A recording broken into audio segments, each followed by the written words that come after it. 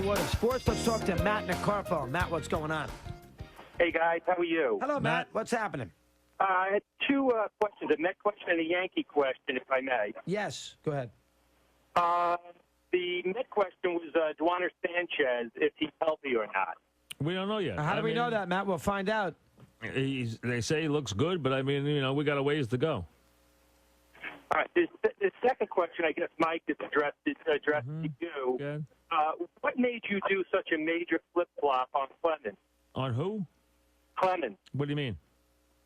Well, back in 2000 when I called you when the Yankees were beating up the Mets in the World Series, I said to you that he was on steroids, and you went ballistic on me. And You had no right to say that. You didn't know he was on steroids in year 2000? Oh, I absolutely did. You knew he was on steroids? Yeah. How'd you know that?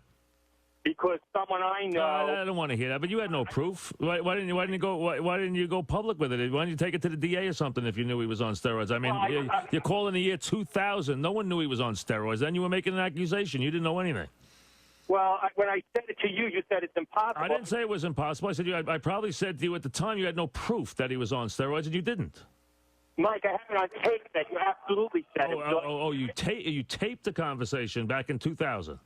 Yeah, absolutely. I mean, this is ridiculous. You know what? I'm not even having this conversation. Good. Well, you taped the conversation in 2000. Hey, we all got that wrong, And you had proof in 2000. So you waited till 2008 to come back and call about it.